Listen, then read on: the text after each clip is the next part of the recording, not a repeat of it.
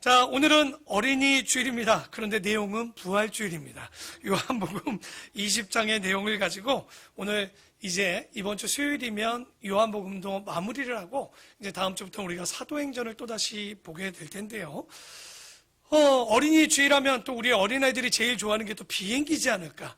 또 예전에는, 지금은 연예인이 된다는 얘기를 많이 했지만 제 어렸을 때만 해도 공군 파일럿, 다시 말해서 전투기 조종사가 되는 것들이 꿈이 굉장히 많았어요. 어린아이들 가운데 나는 전투기 조종사가 될 거야, 이런 이야기들을 참 많이 했었는데, 전투기 조종사들이 비행을 하면서 가장 어려운 게 있다고 합니다. 그건 뭐냐면 그냥 이런 산이나 평지를 날아다닐 때는 문제가 없는데 바다를 날아다닐 땐 굉장히 어렵다고 합니다. 왜냐하면 하늘도 푸르고 바다도 푸르다 보니까 너무 빠른 속도로 비행을 하다 보면 여기가 하늘인지 내가 지금 보고 있는 것이 바다인지를 구분을 하지 못한다고 합니다. 그래서 전투기 조종사들이 훈련을 받을 때 뭘 훈련을 받냐면 계기판을 의지하고 믿도록 훈련을 받습니다. 왜냐면 바다를 보고 있는데, 왜냐면 비행기가 매번 이렇게 하는 것이 아니라 뒤집어서 거꾸로 180도 뒤집어서 이렇게 날아갈 때도 있다 보니까 그럴 경우 지금 자기가 보고 있는 게 하늘인지 바다인지를 구별하기가 쉽지가 않다고 합니다. 그래서 꼭 훈련을 받을 때 뭘 믿고 의지하라고 얘기하냐면, 당신이 타고 있는 비행기의 계기판을 믿어라. 당신의 계기판이 바다라고 하면 거기는 바다인 거고, 그 계기판이 하늘을 가리키면 하늘인 거다라고 교육을 받는다고 합니다. 근데 문제는 사람이 감각이 있지 않습니까? 분명히 내가 날아가고 있는데 여기는 하늘 같단 말이죠. 근데 계기판은 바다로 뜨는 거예요. 근데 아무리 느껴도 이 출렁거리나 이런 모습들이 자기 입장에선 이 바다가 하늘처럼 보인단 말이에요. 그래서 생각지 않게 상승을 하다 어떻게, 종종 가다 혹시 여러분 뉴스를 보면 공군기 중에 우리나라가 아니라 다른 나라가 그 비행기가 바다로 추락하는 경우들을 보게 됩니다. 그게 왜 그러냐면 이 상황 속에서 계기판을 의지하지 않고 자기의 감각을 의지하는 현상을 버티고 현상이라고 합니다. 버티고는 한글은 아닙니다. 영어인데 버티고 현상이라고 해서 자기가 믿는 게 진짜가 아닌데도 불구하고 그렇게 보이는 그런 현상들을 버티고 현상이라고 합니다. 그래서 조종사가 원래는 믿어야 될 게 뭘까요? 계기판이겠죠. 우리의 신앙생활도 마찬가지입니다. 분명히 성경은 우리가 가야 될 길과 가지 말아야 될 길들에 대해서 분명히 가르쳐주고 있습니다. 그래서 여러분은 물어야 돼요. 내가 지금 가는 길이 진짜 맞는 길인지, 내가 곧 길이요 진리라고 말씀하신 그 길을 걷고 있는지. 그런데 우리도 그 비행사들과 똑같은 현상이 일어납니다. 그 좁은 길을 걸을 때, 남들이 걷지 않는 길을 걸을 때 왠지 그 길이 맞지 않는 길처럼 느껴질 때가 있어요. 그래서 사람들이 어떻게 하냐면 그 길은 가짜야, 아니 예수님은 안 계셔, 혹은 하나님이 없다라는 마음으로 자기 멋대로 잠시 그 길을 살다가 결국은 죽음 앞에서야, 믿고 싶어도 믿을 수 없는 그 시간이 돼서야 내가 간 길이 잘못된 길이라는 것을 깨닫는 일들이 우리에게 있을 수 있다는 거죠. 그래서 우리가 지금 무엇을 믿고 어떤 길을 가야 되는가, 우리에게 주어지는 환경과 지금 일어나는 이런 일들이 아니라 우리가 진짜 가야 되는 길들은 바로 성경이 지시한 그 길, 바로 그 길이 진리였고 그 길이 예수 그리스도였고, 바로 그 길은 남들이 찾지 않는 좁은 길이었다라고 이야기를 하고 있지만 우리가 그 길을 걸어가야 돼요. 아무리 환경이 좀 어렵다, 내 주변이 어렵고 가치가 어려울지라도 성경은 이야기하고 있습니다. 진짜 진리 되어지는 길은 예수 그리스도밖에 없다고. 그러나 사람들이 무너지는 이유는 그 환경이 내가 생각하는 만큼 감당할 수 있는 만큼의 일들이 아닐 때가 많은 거예요. 오늘 요한복음 20장에도 동일한 일이 벌어집니다. 3년 동안 제자들이 그렇게 따라다녔던 예수님이 갑자기 안식일 전날 준비일인 금요일 새벽에 잡혀가 아침부터 새벽부터 고초를 당하고 재판할 수 없는 시간인데도 불구하고 불의의 재판 가운데 갑자기 직결 심판을 당해서 십자가에 사형되는, 오히려 바라바라는 죄수를 풀어달라고 하는 그 사람들의 모습들을 보면서 결국은 예수 그리스도가 십자가에 돌아가시는 길들을 보게 됩니다. 여러분, 이때 제자들의 심정은 어땠을까요? 좀 전에 버티고 현상과 같은 현상이 일어났을 겁니다. 왜?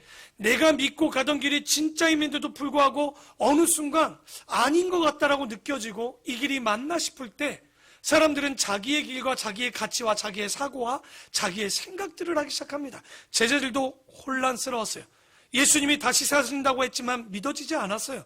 그냥 우리의 메시아인 줄 알았던 그분이 실제 십자가에 죽으셨고 실제 죽으셔 무덤에 들어갔다는 이 사건은 제자들 생각으로는 멘붕이 온 거예요. 정말 어찌해야 될지를 모르는 상황 속에 지금 여인들이 20장 1절에 보면 부활의 주님을 만나러 갑니다. 안식 후 첫날 일찍이 아직 어두울 때 막달라 마리아가 무덤에 와서 돌이 무덤에서 옮겨진 것을 봅니다. 이게 큰일이 난 거죠. 무덤에 와서 돌이 무덤에서 옮겨졌다는 얘기는 누군가가 무덤을 훼손하거나 그 무덤에 있는 부작물을 훔쳐갔구나 라고 생각이 든 거예요. 왜 이런 이야기가 나오냐면 이때 이런 일들이 많이 있었어요. 그래서 원래는 동산직이나 그 묘지를 지키는 사람들이 있었습니다. 더더욱이 예수의 죽음은 이게 잘못되면 폭동이 일어날 수 있었기 때문에 로마에서도 그 빌라도도 사람을 세워서 지키도록 했단 말이죠. 그런데 가봤더니 돌이 옮겨져 있네요. 2절에 보니 시몬 베드로와 예수께서 사랑하시던 그 다른 제자 사도 요한이죠. 그에게 막달라 마리아가 달려가서 말하되 사람들이 주님을 무덤에서 가져다가 어디에 두었는지 우리가 알지 못하겠다 하니 1절을 보면 막달라 마리아만 온 줄 알았어요. 그런데 2절 보니까 뭐라고 얘기합니까? 그것을 어디에 두었는지 복수를 얘기하죠. 우리가라고 말을 쓰고 있습니다. 그래서 성경은 한 성경만 봐서는 안 되죠. 누가복음 24장 10절에 보면 이곳에, 그리고 학자들이 검증했을 때 이 성전, 이 묘지에는 4명의 여인이 갔다고 합니다. 한 명은 막달라 마리아, 하나는 야고보의 모친 마리아. 근데 이거는 야고보와 요한의 어머니가 아닙니다. 야고보의 어머니, 요한의 어머니인 살로메도 왔어요. 하지만 여기 야고보는 다른 야고보의 어머니 마리아만이 더 왔고요. 그리고 마지막 헤롯 안디바의 청지기인 구사의 아내, 여기 보면 요한나라는 여인 4명이 예수님의 그 무덤으로 가게 됐는데, 문제는 갔더니 무덤 문은 열려있고 예수님의 시신은 없으니 베드로와 이 사도 요한에게 가서 막달라 마리아가 보고를 한 거예요. 그랬더니 베드로와 그 다른 제자가 나가서 무덤으로 갈새 둘이 같이 다름질하더니 그 다른 제자가 베드로보다 더 빨리 달려가서 먼저 무덤에 이르니, 보니까 여기 성경은 다른 제자라고 얘기하지만 이게 누구예요? 요한복음을 기록한 사도 요한입니다. 왜 이렇게 사도 요한이 먼저 가고 베드로가 늦게 갔을까요? 이 얘기는 지금 원래 이들은 마가 요한의 집에 있었고 이 무덤까지의 거리로 보면 골고다까지 그 무덤 그 근처일 텐데 거기까지의 거리가 좀 있다 보니까 누가 젊어요? 요한이 좀 젊다 보니까 더 빨리 간 거야. 그래서 요한이 와서 헉헉거리면서, 요한의 성격이 어때요? 굉장히 조심스럽죠. 현장을 검증해야 되죠. 그래서 무덤 안에서 무덤이 뭐가 있나 살피고 있는데 누가 쑥 들어가. 누굴까요? 베드로는 늦게 왔는데 앞뒤 안 보고 먼저 들어가 보는 양반이에요. 역시 5절에 보니까 이 요한은 구부려 세마포 놓인 것을 보았으니 들어가지는 아니하였는데 시몬 베드로는 따라가서 무덤에 들어가 보니 이미 세마포가 놓였고 또 머리에 쌌던 수건은 세마포와 함께 놓이지 않고 딴 곳에 쌌던 대로 놓여 있더라. 그러니까 보니까 머리에 쌓였던 보는 그대로 있고 세마포도 그대로 접혀서 놓였던 것을 보입니다. 그러니까 쌌던 대로 놓여 있다는 얘기는, 여러분 좀도둑이 들면 어떤 일이 벌어집니까? 집에? 요즘은 별로 안 되는데 옛날에 보면 도둑들이 들어간 집 그 현장을 보면 장롱은 열려 있고 온 집안에 뭐 옆에 있었던 모든 소지품들을 다 집어 끌어냈다는 얘기는 도둑이 들었구나 라는 것을 알 수 있잖아요. 그런데 지금 베드로와 요한이 현장을 봤더니 어때요? 가지런히 놓여 있다는 얘기는 이건 도굴꾼이나 도둑이 든 것이 아니라 다른 예수님의 시신이 그냥 없어졌다는 것을 검증해 주는 거예요. 그러니까 도둑의 소행은 아니었던 것으로 보입니다. 그랬더니 그때서야 무덤에 먼저 갔던 그 다른 제자 요한도 들어가 그것을 보고 믿더라. 근데 여기서 요한이 믿었던 건 예수님의 부활을 믿었다는 얘기가 아니라 시신이 사라졌다라는 것을 믿는 거예요. 그래서 왜냐하면 9절에 그 얘기를 하죠. 그들은 성경에 그가 죽은 자 가운데 다시 살아나야 하리라 하신 말씀을 아직 알지도 믿지도 못한 상황입니다.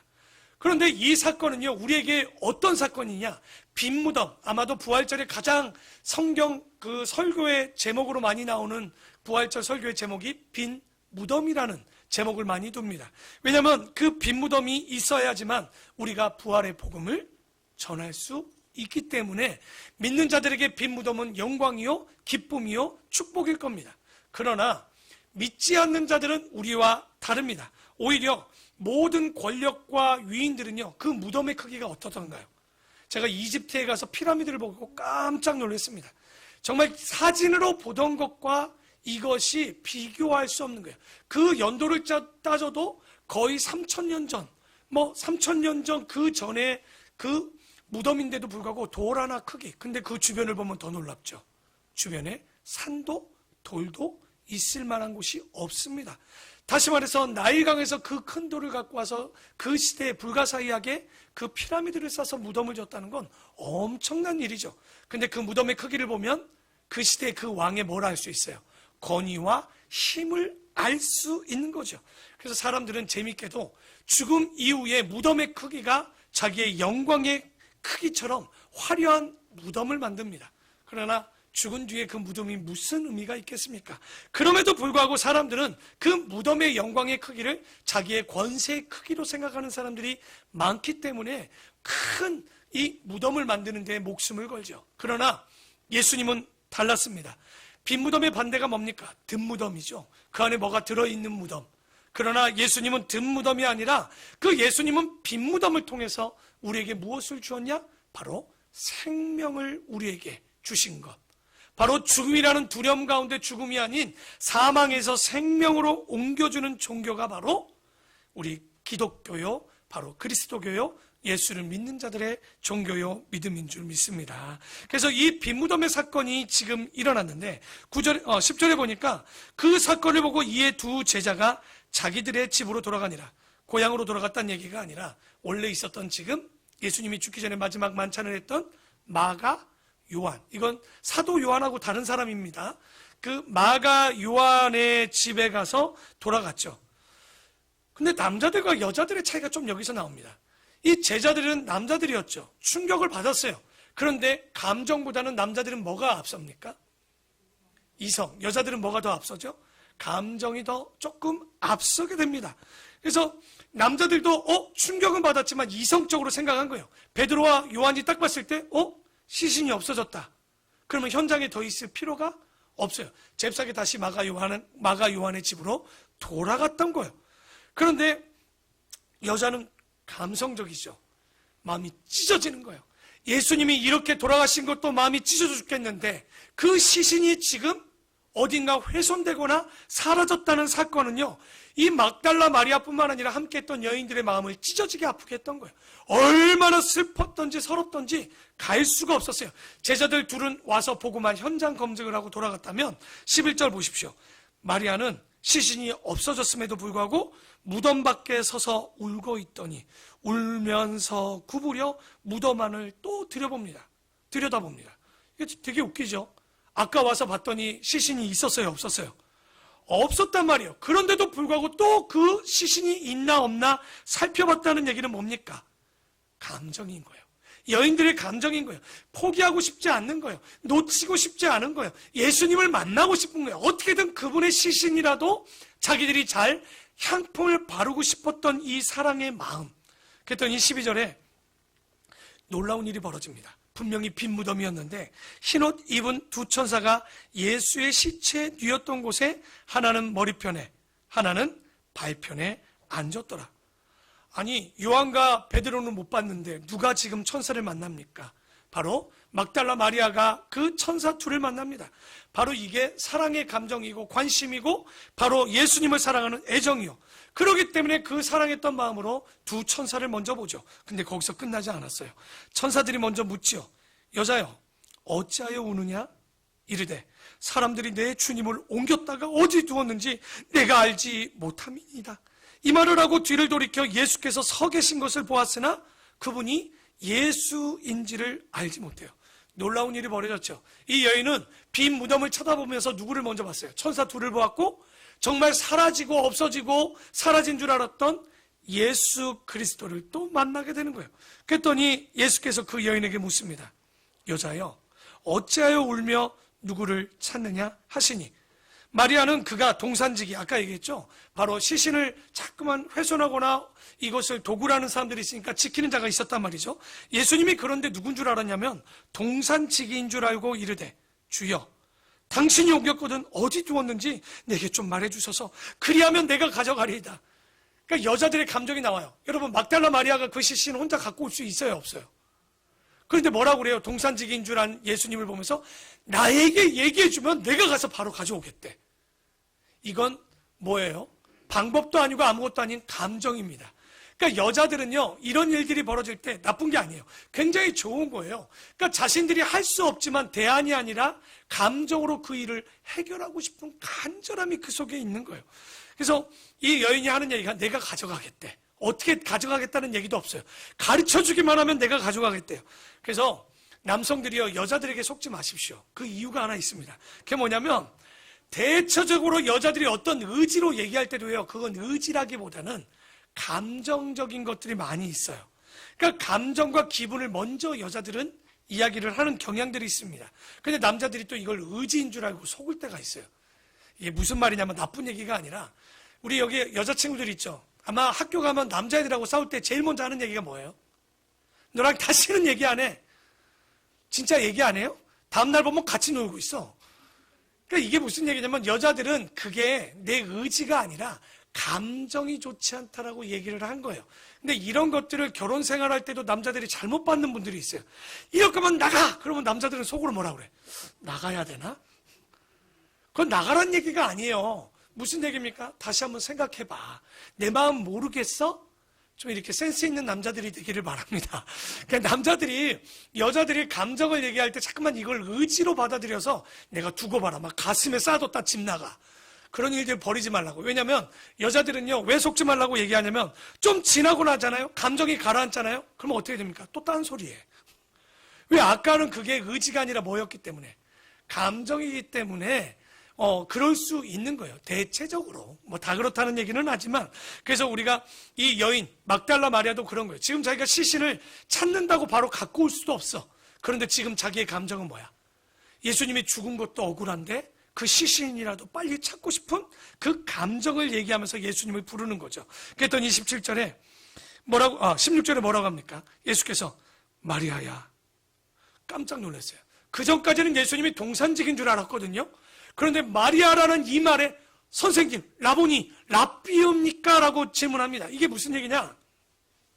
막달라 마리아 나이가 적어도 50에서 60 정도 돼요. 근데 여기 박영자 권사님 계셔요. 제가 그런데 보면서 영자야. 그러면 나한테 누가 감히 영자야 하는 거야? 이게 뭔가 문제가 있잖아요. 근데 제가 종종 우리 박영자 권사님하고 좀 웃길 땐 영자씨? 이렇게 한 번씩 해주거든요. 그럼 아마 제가 없다가도 어디서 우리 박영자 권사님하고 영자씨? 그러면 목사님? 아마 이럴 거예요. 아마도 이 부드럽고 정말 이 따뜻한 메시지로 마리아의 이름을 불러줄 만한 사람이 솔직히 주변에 없었단 말이에요.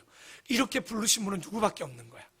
예수님밖에 없다는 거를 본인을 안 거예요. 그러니까 그 전까지는 왜? 예수님이 변화됐기 때문에 못자국과 옆구리 창자국이 아니면 잘 몰라요. 변화 상태 봤잖아요. 제자들이 예수님의 모습을 온전히 못 알아보는 이유가 우리가 이 얼굴로 같이 부활되면 문제가 있잖아. 그러니까 그래서 분명 우리가 변화된 모습으로 나타나지만 일부러 그래서 예수님이 창자국과 못자국을 보여주고 남겨두신 거예요.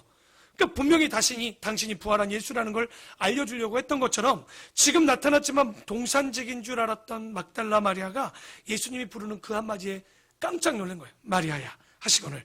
마리아가 돌이켜 히브리 말로 라보니 하니 이는 랍비라는 말이죠. 선생님이라는 말이라.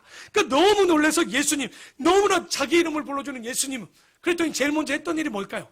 아마도 저 같아서는 마리아 같다면 예수님의 발밑을 붙잡았을 것 같아요. 왜냐면 일단은 남녀가 유별하고 조심스럽기 때문에 발을 붙잡았던 것 같아요. 왜냐하면 17절에 보니까 예수님께서 이르시되 뭐라고 얘기합니까? 붙들지 마라. 이게 뭐냐면 우리나라 사람들 언어와 좀 달라요. 우리는 처음부터 얘기해요. 야, 붙들지 마. 붙들기 전에 말했다라면 이 헬라의 어법을 보면 이 상태는 어떤 상태를 얘기하냐면 계속 붙들고 있는 거야. 그러니까 예수님이 뭐라고 그러는 거야? 야, 이제 그만 놔. 이 얘기를 하고 이제 그만 붙들어라. 알았으니까 그만 붙들어. 내가 이 안 붙들어도 돼. 내가 네가 알고 있는 그 예수가 맞으니까 나를 이제 붙들지 말라. 내가 아직 아버지께로 올라가지 아니할 거고 아니하였노라. 너는 내 형제들에게, 예수님이 제자들을 생각하는 마음도 참 놀랐습니다. 그들이 지금 뭐로 보는 거예요? 동급으로 보는 거예요. 내 형제들이야. 자녀들과 보다 더 가까이 친구 되어주시는 주님, 내 형제들에게 가서 이르게 말하라. 내가 내 아버지, 곧 너희 아버지, 내 하나님, 곧 너희 하나님께로 올라간다 하라 하시니. 굉장히 따뜻하게 얘기하죠. 막달라 마리아가 가서 제자들에게 줄 한번 칩시다. 내가 주를 보았다 하고 또 주께서 자기에게 이렇게 말씀하셨다 그들에게 이르니라. 여러분, 이 막달라 마리아는 얼마나 놀라운 분입니까? 뭐가 놀라울까요? 아마도 예수님의 부활을 첫 번째로 본 목격자가 누구예요? 근데 어떻게 볼 수 있었을까요? 무덤을 찾아가서 봤을까요? 아니요. 제자들도 찾아갔어요. 못 봤어요. 그 여인의 간절함입니다. 여러분, 믿음이 없는 우리가 예수를 만나고자 한다면 지금은 못 찾을 수 있어요. 무덤을 아무리 뒤져봐도 예수님은 보이지 않아요. 천사도 보이지 않아요. 그러나 첫 번째 되었던 목격자인 막달라 마리아는 예수를 보낸 그 마음에 만나고 싶었던 간절함이 천사뿐만 아니라 다른 제자들보다, 다른 누구보다 예수를 먼저 만날 수 있었다는 거. 여러분, 이 시대를 살아가면서 아마도 우리 또한 예수를 만나고 싶어 하지만 이렇게 막달라 마리아처럼 찾으셨습니까? 간절했을까요? 그 마음으로 그를 사랑하고 섬겼을까요? 아마 아무에게나 천사를 볼 수는 없었던 것 같아요. 이 막달라 마리아는 첫 번째 목격자로서 그 간절함으로 예수를 만날 수 있었던 거죠. 그랬더니 19절에 이날 곧 안식 후 첫날 저녁, 바로 이날이 안식 후 첫날 새벽에 부활하셨죠. 그날이 어떤 날이죠? 우리가 지금 예배드리는 이 주일 아침에 부활하셨고, 지금 부활 그 첫날 저녁, 바로 주일 저녁에 제자들이요, 다 좋은데 두려웠어요.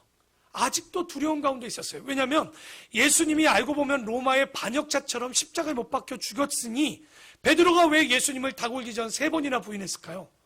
혹이나 알아볼까 봐. 왜? 자기도 혹시 예수를 인정하다 십자가에 못 박히기가 두려웠던 거죠. 알고 보면. 결론적으로 보면 그 마음이 있었던 거예요. 그러니 아니라 다를까 제자들도 두려워서 모인 곳의 문들, 마가 요한의 집에 가서 문을 아주 단단히 닫았더니, 근데 예수께서 오사 가운데 서서 이르시되, 놀라운 말이 하나 나왔죠. 문을 닫았어요. 근데 예수님이 어디로 들어오신 거예요? 설마 개구멍으로 들어온 건 아닐 거 아니야. 어떻게 들어오신 거예요? 지금 이 얘기는 바로 이 물질을 초월하시는 분이죠. 그 벽을 뚫고 들어오신 거예요. 이게 믿어질 수 없는 거죠. 그들 가운데 오사 서서 이르시되, 우리랑 똑같은 인사를 한번 하시네요. 평강, 바로 평강이 있을지어다 샬롬.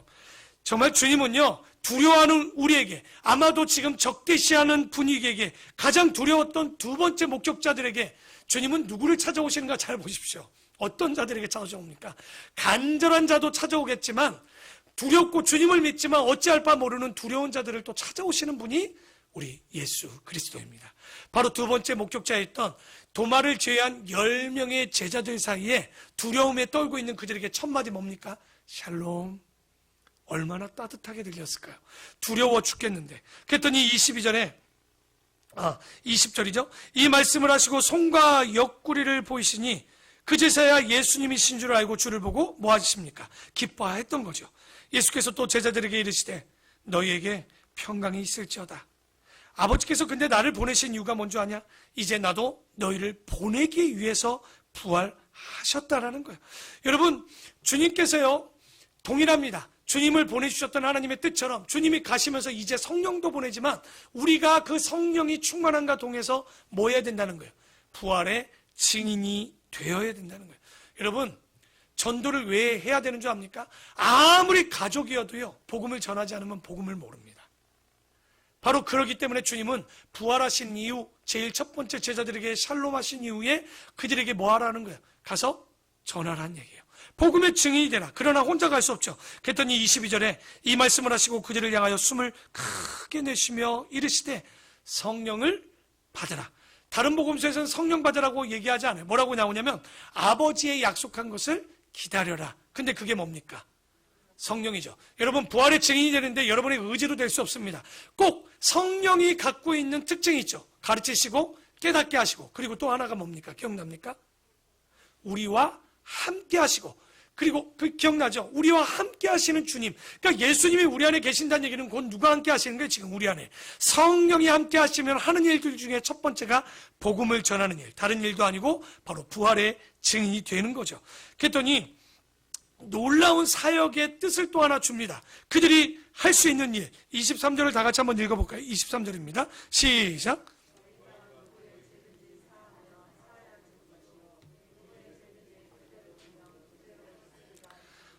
지금 이거 보니까 개인에게 얘기하는 것처럼 보이죠. 그러나 너희는이라고 얘기하는 이 권세는 뭘까요? 죄인이 죄를 사해주는 권세를 제자들에게 준 것 같아요? 교회에 준 것 같아요? 이건 교회를 얘기하는 거예요. 궁극적으로는 교회라고 얘기하는 건, 여러분 세상의 죄인들이 어디로 옵니까? 믿음을 갖겠다라고 교회에 오면 교회가 그에게 세례를 베풀어 죄 씻음의 영광을 그에게 줄 수 있는 권세는요, 목사도 아닌 우리도 아닌 결론적으로는 교회가 할 수 있는 거예요. 이 교회는 하나님의 부르심을 받은 자, 머리 대신 예수 그리스도가 교회의 머리 되어주시고 몸된 우리가 되는 이곳, 바로 이곳에 주님께서 이제 가시면서 주신 뜻과 권세가 뭐냐? 바로 이 교회가 바로 그런 일들을 해야 된다. 내가 하던 일, 바로 죄인들에게 불러서 그들의 죄를 물로 씻어 성령 충만하게 하여서 그들의 죄 가운데 그리고 사망 가운데 깨끗하게 그 권세 안에서 매였던 자들을 자유케 해주는. 근데 이게 얼마나 놀라운 일이냐? 여러분, 대법원장도 그리고 판사도요, 죄의 형량은 정할 수 있으나 그 죄를 사해 줄 수는 없습니다. 대통령이 여러분 사면해서 사람을 풀어준다고 하지만 결국은 그 대통령이 진짜 우리의 죄를 사면해 줄 수는 없습니다. 결국 교회에 와서 예수 그리스도의 이름을 믿고 그 믿는 자들에게 죄 씻음의 권세를 주고, 그것을 통해서 우리가 어디를 바라보는 거예요? 천국을 바라볼 수 있고 들어갈 수 있게 되는 거죠. 바로 그 제자들에게 이제 그 권세를 주시겠다는 거예요. 그러면서 24절에 이렇게 얘기하죠. 이제 한 명이 못 봤어. 세 번째 목격자 누구죠? 막달라 마리아가 첫 번째 목격자. 두 번째 목격자는 제자 중에 도마를 제외한 10명의 제자. 그러면 24절에 보니까 12제자 중 하나로서 티투모스라고 불리는 도마는 예수께서 오셨을 때 함께 있지 않았어. 그러니까 첫 번째 제자들에게 나타날 때 없었단 말이죠. 근데 이 티투모스는 여기도 디두모라고 나오지만 도마, 영어로 하면 뭘까요?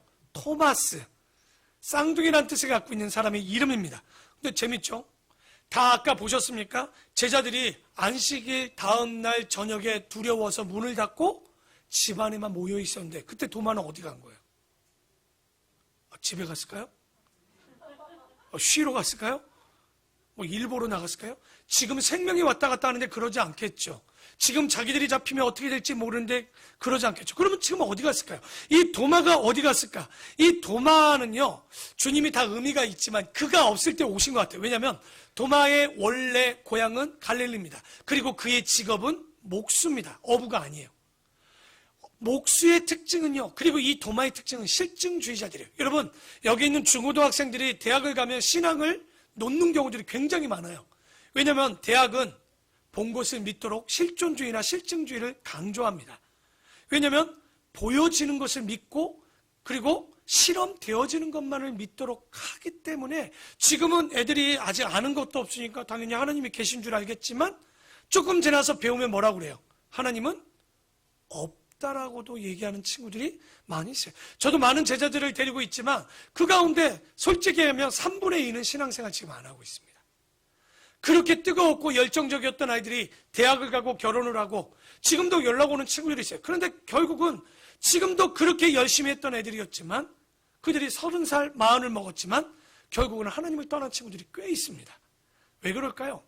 아까 얘기했던, 알고 보면 버티고 현상과 똑같을 거예요. 현실에 왔더니 예수는 없는 것 같아. 현실에 왔더니 내가 믿는 게 진짜 아닌 것 같아. 왜? 여러분, 기도했더니 막 응답이 빵빵 됩니까? 너희가 내 안에 거하고 내 말이 너희 안에 거하면 무엇이든지 원하는 대로 구하라. 그러면 너에게 주시리라. 진짜 그래요? 왜 아멘도 그렇게 막 쥐잡아먹은 소리죠? 나는 안 그러던데? 내가 기도해서 응답됐으면 이 정도 목회 안 했겠지. 안 되더라고요. 그러니 어떤 의문이 갔냐면, 진짜 계실까? 건강을 위해서 기도했는데 왜 아파요? 내가 형통하길 바라는데 왜 이래요? 자녀를 위해서 기도했는데 애는 왜 나와 정반대로 갈까요? 그러니 하나님은 계시지 않는 거 아닌가? 왜? 이런 신앙이 실존주의가 실증주의가 생기는 거예요. 그러니까 이 도마는요, 11명의 제자, 가룟 유다를 제외한 제자들 중에 가장 이것이 강했던 사람인 것으로 보여져요. 왜? 예수님이 죽었다고? 그만큼 예수를 신뢰했고 따랐던 제자였는데 도저히 믿을 수가 없는 거예요. 내가 3년 동안 따라다녔던 이 모든 것은 뭐냐면 나의 모든 것을, 직업도 가족도 다 내려놓고 지금 주님을 따랐단 말이에요. 정말 이렇게 허무하게 가실 분일까? 라는 고민이 생겼던 거죠. 그만큼 예수님을 믿고 신뢰했기 때문에 도마는 다른 제자들보다 더 의심이 생겼어. 이게 진짜 죽은 게 맞을까? 어떻게 예수님이 메시아라고 그러든지 우리를 구원해 줄 자라고 얘기하더니 하룻밤 사이에 죽을 수가 있고 어떻게 어떤 저항도 없이 죽을 수가 있었을까? 그런 의문을 가졌던 사람이 도마였던 거예요. 그런데 다른 제자들은 뭐 했습니까? 2중 3중 문을 닫고 지금 견디고 있는데 도마 혼자 도대체 믿을 수가 없는 거예요. 일주일이 지났는데도 불구하고 지금 어디로 가본 것 같아요? 무덤을 가봤던 거예요, 아까. 그래서 다시 가봐도 어두운 표정에 답이 없네? 그랬더니 25절에 이러죠. 다른 제자들이 그 얘기를 해요. 야야야야야, 우리 주님이 오셨어. 주님이 오셨다고 라고 얘기합니다. 근데 도마가 믿었을까요? 아니라 다를까 이렇게 얘기합니다. 내가 그의 손의 못자국을 보며 내 손가락을 그 못자국에 넣으며 내 손을 그 옆구리에 넣어보지 않고는 뭐 하지 않겠다? 믿을 수 없다. 근데 다른 제자들이 더라고 토를 하지 않았어요. 왜냐하면 도마의 성격을 알아. 이 사람은 진짜 보지 않으면 안 믿을 사람이야. 그러니까 그냥 넘어갑니다. 그랬더니 26절에 이제 8회가 지났죠. 7일이 지난 이후에 지나서 제자들이 다시 집안에 있을 때 도마도 함께 있고 문들이 닫혔는데 예수님이 또 희한한 일이 벌어집니다. 문이 닫혔어요. 어디로 들어오셔요? 또 벽을 통과했나 봐요. 나 참, 이게 여러분 믿어져요? 예수님이 벽을 통과하세요, 어린 친구들. 어린이날 참 믿지 못할 얘기만 하고 있네. 벽을 통과해서 들어오셔서 닫혔는데 예수께서 오사 가운데 서서 이르시되 또 인사는 꼭 하셔요. 샬롬. 영어로 하면 샬롬 투유죠. 너에게 평강이 있을지어다. 평강이 있기를 원한다. 그러시더니 도마에게 이르시되 너의 손가락을 일로 줘봐라. 내밀어서 내 손을 보고 내 손을 내밀어 내 옆구리에 한번 넣어봐. 어떻게 넣어봐. 끔찍해서 못 넣었을 것 같아. 그리하여 믿음 없는 자가 되지 말고 믿는 자가 되라고 얘기합니다. 아마도 도마에게 일주일 전에 보이지 않고 이제 일주일 만에 보였던 이유가 뭐였을까요? 근데 진짜 놀라운 거 우리 어린 친구들 조심해야 돼요. 속으로 얘기하는 것도 우리 하나님은 다 뭐 하신다? 분명히 일주일 전에 예수님이 부활하시고 나서 제자들을 찾아왔을 때 이 말을 누가 했어요? 그것을 본 이후에 도마가 얘기했잖아요. 난 예수님의 손자국에 손을 넣어보고 옆구리에 창자국에 손을 넣어보기 전에는 뭐 하지 않겠다고 그랬죠? 믿지 않겠다고 그랬어. 그때 예수님이 있었어요? 없었어요? 그런데 지금 보니까 예수님이 오자마자 뭐라고 하는 거예요? 자, 손자국 넣어봐. 다 옆구리에 넣어봐. 여러분, 그래서 우리가 신앙생활 할 때 없다라고 얘기 하나만 안 돼요. 화장실도 조심하셔야 돼요. 그런데 숨어서 혼자 얘기도 다 듣고 계시는 거야. 주님은 진짜 내 마음까지도 읽고 계시기 때문에 우리의 말과 행동을 항상 기억하고 그래야 진정한 그리스도인이 될 수 있지 않겠습니까? 그래서 도마가 주님이 없었을 때 얘기했던 것을 이야기하니까 진짜 예수님이 넣어버린다고 도마가 넣어놨을까요? 증거로서도 못 넣겠지만 설마 도마가 못 믿어서 그랬던 게 아니었거든요. 그랬더니 이 27절에 그렇게 얘기하고 나니까 아마도 복음서 안에서 최고의 신앙 고백이 나옵니다. 28절입니다. 베드로의 고백보다 더 대단한 고백. 28절 다 같이 한번 읽어볼까요? 28절입니다. 시작.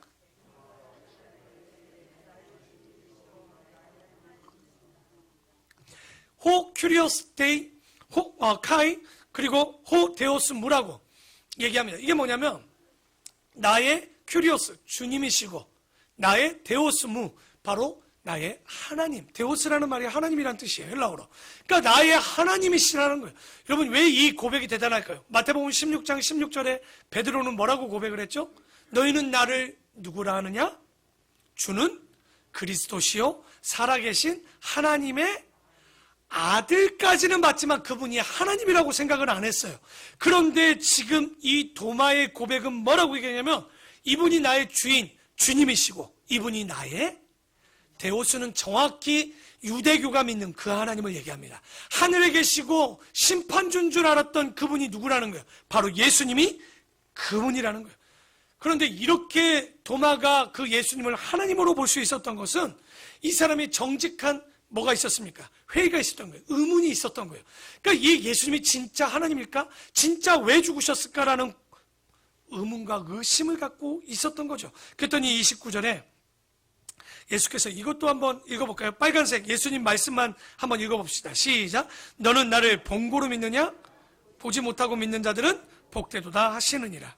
여러분, 본 것만 믿는다라고 생각하는 사람, 아까 실존주의가 그거예요. 실험만 되는 걸 믿는 자들이 실증주의자들이에요. 증거가 있어야 돼. 근데 여기 우리 나영이 생일이 몇 월 며칠이에요? 6월? 잘못 물어봤다. 안 지났네.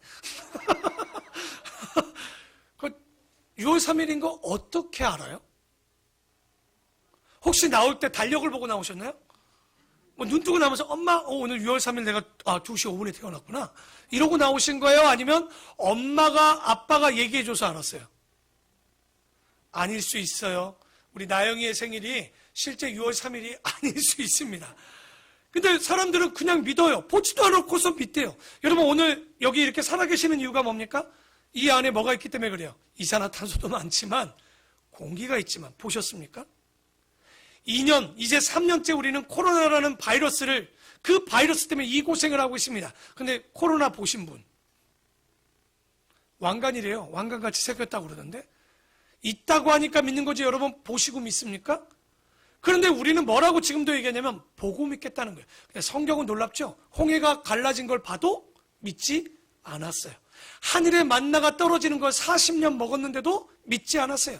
200만 명이 넘는 사람들이 반석을 쳐서 반석에게 명령해서 물을 내어도 먹었는데도 믿지 않았어요. 하늘에서 불이 내려와도 믿지 않았어요. 그러면 자 봅시다. 본다고 믿을까요? 믿음은 예수님이 얘기한 거예요. 네가 날 본다고 믿는 거냐? 보지 않고 믿는 자가 뭐하도다? 복되도다라고 얘기를 하는 거예요. 여러분 왜 우리가 실수를 하냐면 우리 잘 들어야 돼. 안 보이는 거랑 없는 거랑은 다른 말이에요. 안 보이는 것과 존재하지 않는 것은 다른 얘기인데 사람들은 뭐냐 그러냐면 안 보이니까 없다라고 얘기합니다. 여러분 여기 중에도 어린 친구들 중에도 어른들 중에도 보이지 않으니까 못 믿는 거야.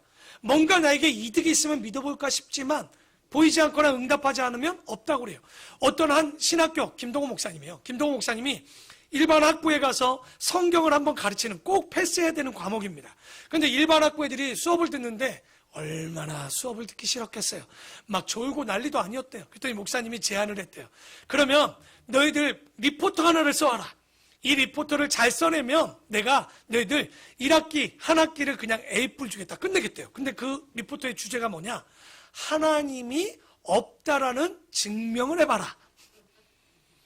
근데 그 목사님이 쭉 그 학교에 다녔지만 여태껏 뭐 한 거예요? 아무도 하나님이 없다라고 증명한 사람이 없대요. 우리 어린 친구들 하나님이 없어요? 없다라고 우리 현우 아니래. 이때 분명히 있어요. 그렇죠? 하나님이 계셔요. 우리 현우는 사형리도 저랑 했던 친구예요. 진짜로. 사형리 할 때 충분히 하나님이 계시는 거예요. 진짜 천국 가야 되겠다고 고백했던 친구예요. 근데 저 아이가 저랬던 아이가 점점 자라면서 어떤 의심이 생기겠어. 근데 하나님이 어떻게 생겼지? 고민이 올 수도 있단 말이야. 근데 안 보인다고? 근데 사람들은 없다라고 얘기해요. 이제 보십시오. 주변에서 예수님이 어딨냐고, 하나님이 어딨냐고.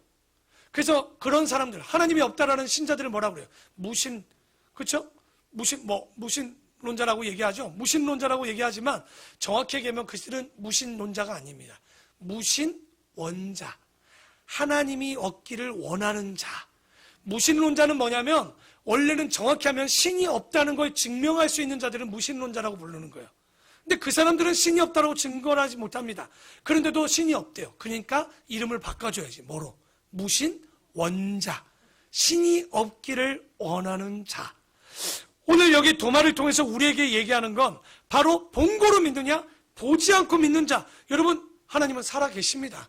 분명합니다. 더더욱이 우리가 이렇게 나이 먹도록 하나님 없으면 고린도전서의 얘기처럼 우리만큼 헛된 인생 산 사람이 어디 있습니까? 세상에 가장 억울한 사람은 누굴까요? 목사예요, 목사.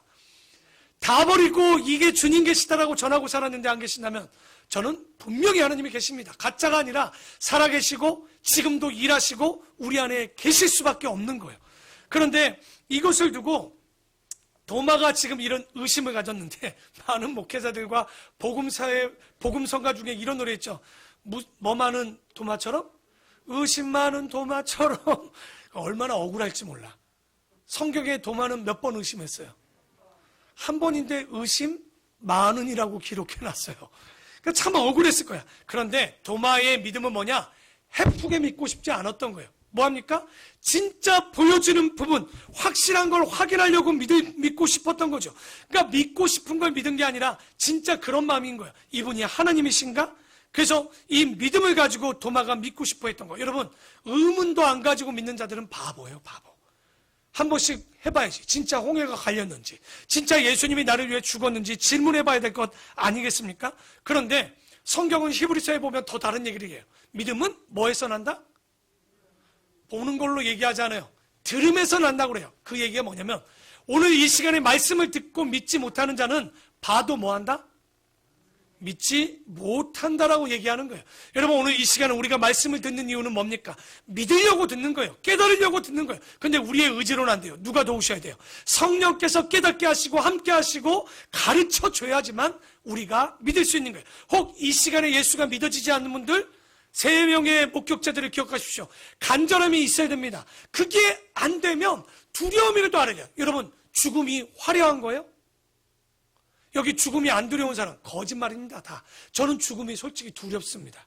왜? 죽음은 뭐기 때문에 그럴까요? 야고보서가 얘기하죠. 죄의 삭슨?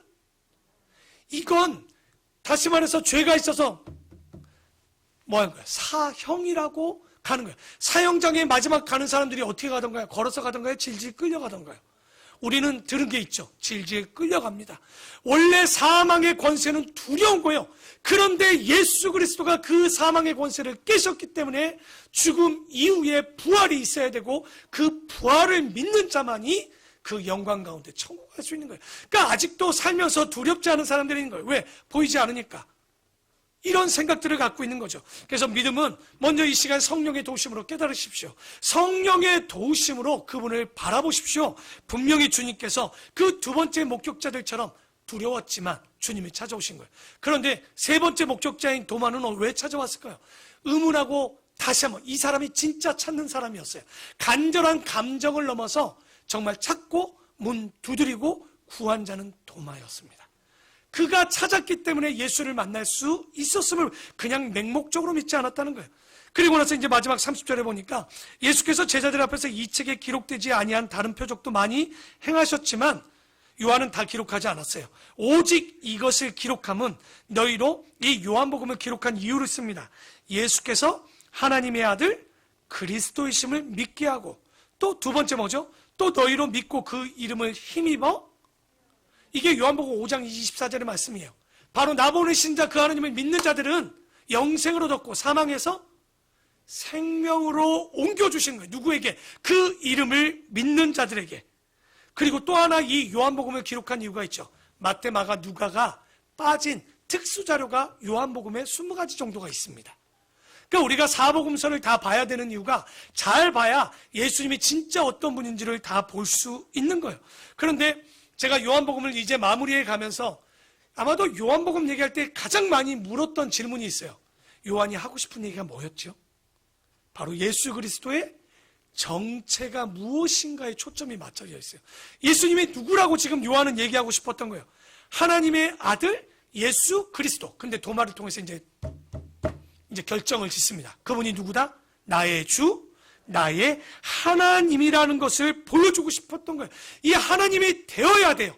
왜냐하면 요한복음에 보면 7가지의 초월하신 예수님을 보여줍니다. 물이 변하여 뭘 변화시키는? 물질을 초월하시는 예수 그리스도. 오병이어의 역사를 통해서 분명히 한 사람 먹을 분량을 가지고 5,000명이 먹고도 12광주리를 남겨요. 이게 뭐예요? 바로 양을 초월하시는 예수 그리스도. 그 모리를 걷는 예수님, 뭡니까? 바로 자연의 법칙을 초월하시는 예수 그리스도. 38년 된 병자, 바로 시간을 초월하시는 예수 그리스도. 왕의 신하의 아들을 고치시는, 가지도 않구나, 뭡니까? 공간을 초월하시는 예수 그리스도. 한 사람의 눈먼 자의 눈을 뜨게 하는, 바로 인생을 초월하시는 예수 그리스도. 보면 운명과 죽음까지도 초월하신, 바로 나사로를 또 살렸던 그 예수 그리스도를 보면서 도마는요, 이분이 하나님의 아들로 끝나지 않아. 이 예수님이 얘기하고 싶었고 요한이 얘기하고 싶었던 건, 이건 누구만이 진짜 알 수 있어요. 원래는 하나님. 근데 알고 봤더니 이 예수님이 누구야? 하나님이셨다라는 거예요. 여러분, 베드로의 고백이 대단한 줄 알지만 진짜 고백은 누구의 고백입니까? 바로 도마의 고백이었던 거죠.